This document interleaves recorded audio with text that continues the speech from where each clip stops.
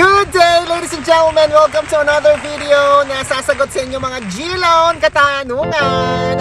At ngayon, ladies and gentlemen, nakatanggap tayo ng isang, actually hindi katanungan, sharing, no? Yan, share ko lang. Mula kay Beam Chaser. Sabi niya po dito mga kaibigan, yung first loan daw po niya ay, sa G-Loan po ito, 15,000 pesos. Aba! Ikaw na may 15,000 pesos. Tapos, nabayaran niya po ito. Hindi naman niya na-mention kung advance full payment or regular payment method. Pero sinabi niya, nabayaran niya yan.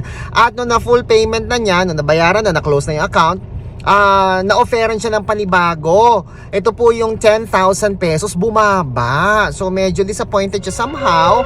Kaya, kasi bumaba nga. Pero nung nabayaran niya na ito, nag-full payment siya kasi merong cashback, di po ba mga kaibigan? Nung nag-cashback siya, wala na.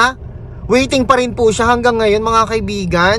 So sabi niya po dito, tip niya sa atin ladies and gentlemen, na kung wag daw po tayong, ayan, kung wala daw po tayong kapera-pera, sakto lang yung pera natin, wag daw po tayong mag-advance full payment sa G-Loan. Sabi niya yun, dahil baka bumaba daw yung repeat loan natin or worst, hindi na ma-approve. Tulad niya, waiting pa rin siya up until now at walang kasiguraduhan, hindi niya alam kung mababayaran. Noon kasi ladies and gentlemen, noon, nung pinaka-first launch pa lang yan G-Loan na yan, medyo generous po si G-Loan. Ano po, kapag nag-full payment ka na, makakapag-repeat loan ka in just a minute, no? Mabilis lang po yun, mga base experience ko nung nag-full payment ako, parang the same day, nagkaroon kagad ng offer na mas mataas, tapos nakapag-repeat loan, ganyan.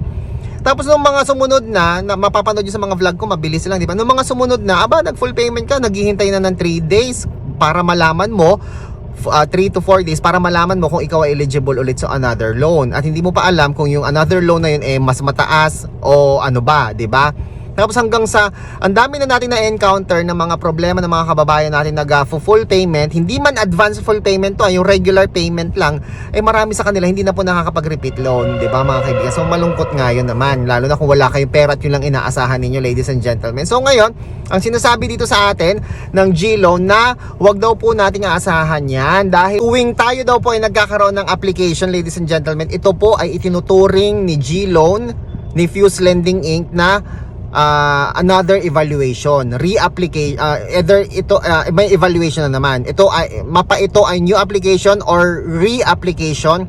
Nagkakaroon pa rin ng evaluation si Fuse Lending Inc. Sila po yung nag-evaluate, hindi po si GCash, hindi po si G-Loan ladies and gentlemen. Si Fuse Lending Inc. siya po yung evaluator ng bawat loan natin. So hindi siya guaranteed na kung nagbayad ka na ay makakapag-repeat loan ka na. That is so sad, hindi siya guaranteed, 'di ba? At syempre, ito ang guaranteed mga kaibigan dahil yung mga nagpapa-G-Gives convert sa atin, talagang dumarami.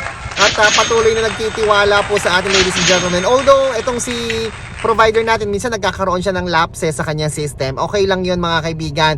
Ang importante dumating sa atin ng ating mga pina-convert na G-Gives. At salamat po sa lahat ng mga nagtitiwala kay DJ Chico dahil everyday napapanood mo ba naman sa iyong YouTube channel ang DJ Chico na patuloy na nagko-convert.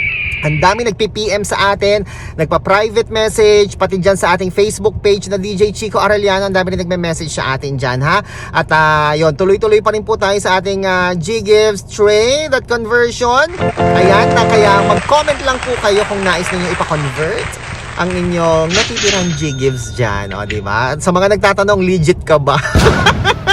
Opo naman, mga kaibigan. Araw-araw ba naman ako mapanood sa iyong YouTube channel? Hindi ko pa sure kung legit ba o hindi. Kasi tiyak yon, kung meron tayong niloloko, ini-etchos dito,